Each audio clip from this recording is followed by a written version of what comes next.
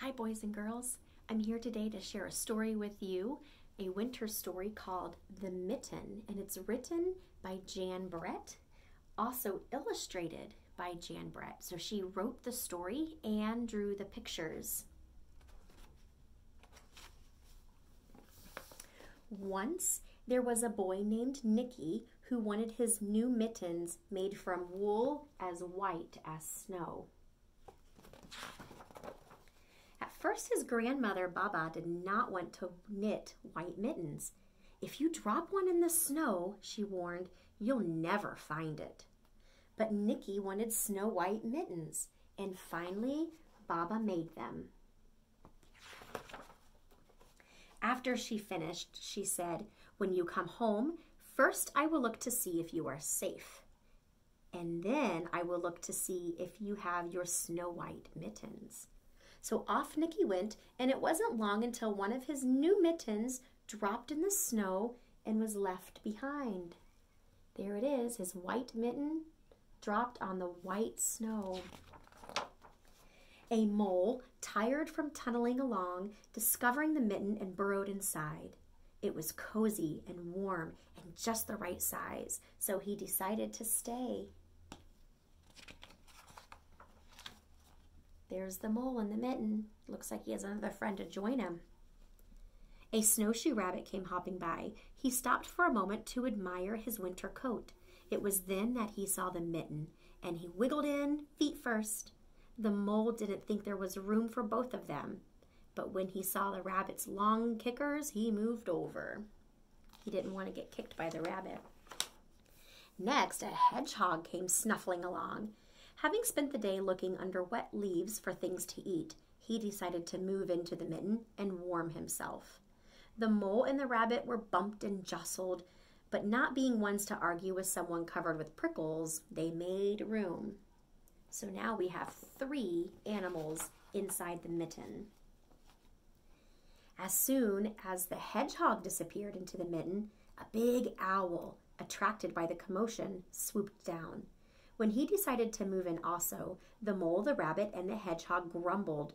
But when they saw his glinty talons, you see how sharp his claws are? They quickly let him in. Up through the snow appeared a badger. He eyed the mitten and began to climb in. The mole, the rabbit, the hedgehog, and the owl were not pleased. There was no room left. But when they saw his diggers, they gave him the thumb. Now look how stretched out the mitten is. There's so many animals inside. It started snowing, but the animals were snug in the mitten. A waft of warm steam rose in the air, and a fox trotting by stopped to investigate. Just the sight of the cozy mitten made him feel drowsy. The fox poked his muzzle in. When the mole, the rabbit, and the hedgehog, and the owl, and the badger saw his shiny teeth, they gave the fox lots of room. Look at the next animal. Do you think he's going to fit in the mitten? I don't think so. A great bear lumbered by. He spied the mitten, all plumped up. Not being one to be left out in the cold, he began to nose his way in. The animals were packed in as tightly as could be. But what animal would argue with a bear? The mitten swelled and stretched. It was pulled and bulged too many times its size. But Baba's good knitting held fast. So it's all stretched out, but it didn't break. Along came a meadow mouse, no bigger than an acorn.